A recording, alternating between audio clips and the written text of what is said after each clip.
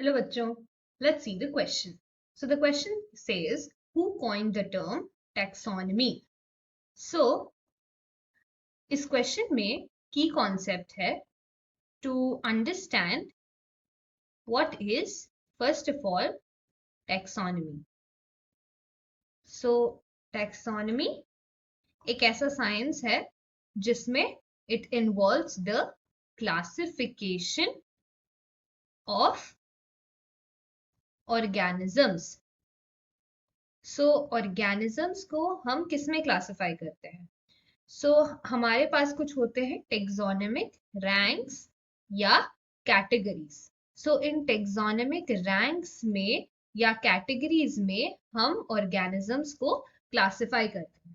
So depending upon जो organisms का जो कैरेक्टरिस्टिक्स है, उस कैरेक्टरिस्टिक्स के हिसाब से जो कैटेगरी में वो बिलोंग करना चाहिए या जो कैटेगरी का वो कैरेक्टरिस्टिक्स उस ऑर्गेनिजम्स में मिलता है, उस कैटेगरी में हम उस ऑर्गेनिज्म को क्लासिफाई करेंगे.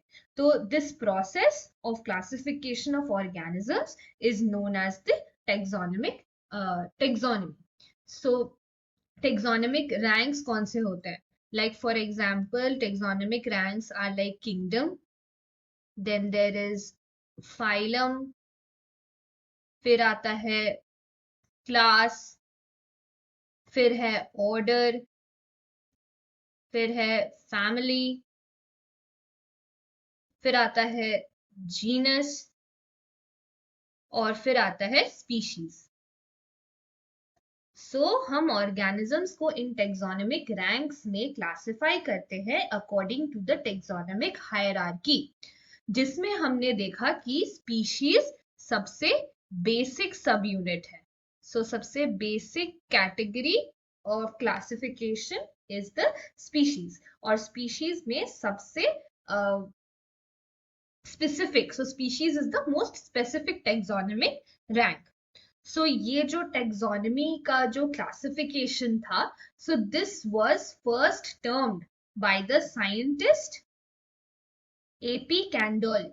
So A.P. Kandol was the first scientist to coin the term taxonomy.